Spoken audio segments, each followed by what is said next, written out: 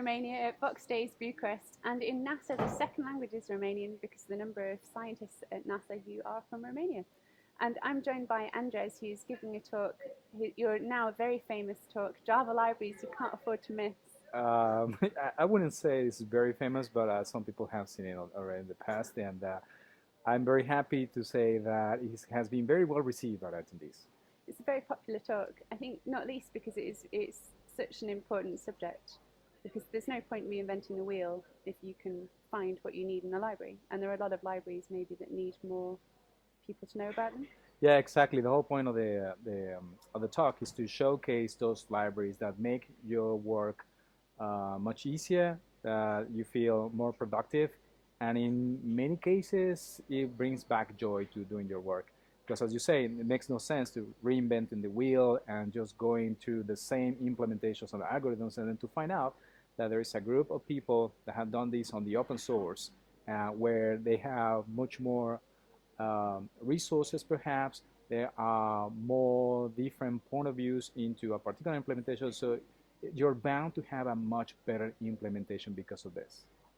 Is it because of your interest in open source, you're a long-time open source contributor and evangelist, that led you to concentrate on Java libraries?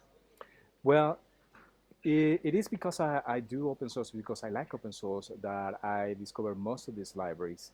And at some point in my life, besides being just a consumer of open source, I also decided to be a producer of open source. And with our customers, we tend to use many of these libraries because we have found out that they are quite good, they are quite productive. And it's my goal to let people know why it would be a good idea to use these libraries, and in which cases it may be a good idea to use them, because not all of them. Some libraries may be a little bit restricted in case of the license.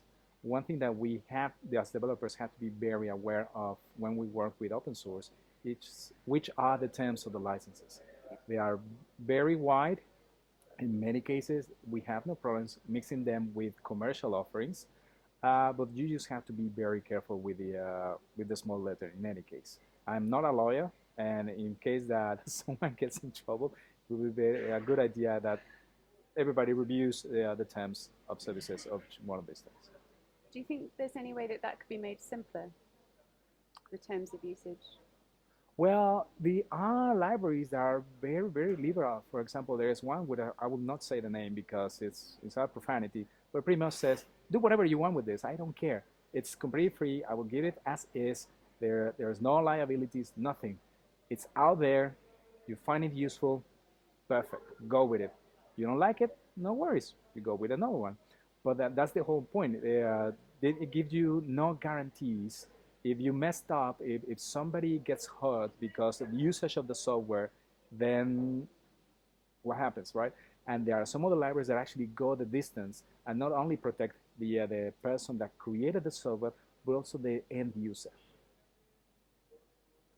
What are your top 5 libraries if you had to pick 5 to code something up with? That's Say a web app. Does that help? a web app, yeah. But in the case of a web app, I will definitely choose some dependency injection mechanism, and probably a Spring will be the first choice, just because it's very prevalent in this area. Uh, Perhaps pair it with a Spring Boot, just because it's so easy to get started. I would say Spring Boot is more like a framework rather than a library. So let's focus just on the Spring core.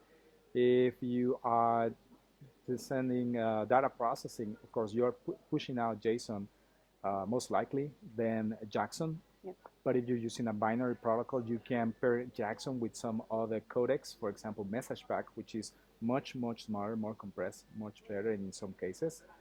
We'll probably use Netty as transport, even if I'm not using HTTP. Okay, we're getting out a little bit of a way of web apps, but it's still good. And for logging, I will probably use SLF4j, just because it's more common out there in many open source projects. If not, the alternative will be log4j2. And finally, well, we have to combine these things with testing eventually. So if you're testing a web app, there are two things that you would like to test. From the server side, You want to query using a fake client. For that, I will use rest assured. But if the other way that you have built the client and you need to fake out the server, then my suggestion will be watermark. What happens if you come across a library that does maybe 90% of what you want it to, but you feel like it's missing something or there's a bug? Would you just move on and look for the next one? I will evaluate it. If there is an alternative that may be more mature, and if the bug is I will consider it a showstopper, then we'll probably move on. But before I move on, I will let the team know that there is a problem. If the bug has not been reported, then I will report it. If it's already reported and it doesn't have enough information, then I will just add more saying I was able to reproduce the problem in such environment, with such conditions, following a list of the steps. So it'll be much easier for them to reproduce it. And if time permitting, if I can, I will certainly push a patch to see if I can fix the problem.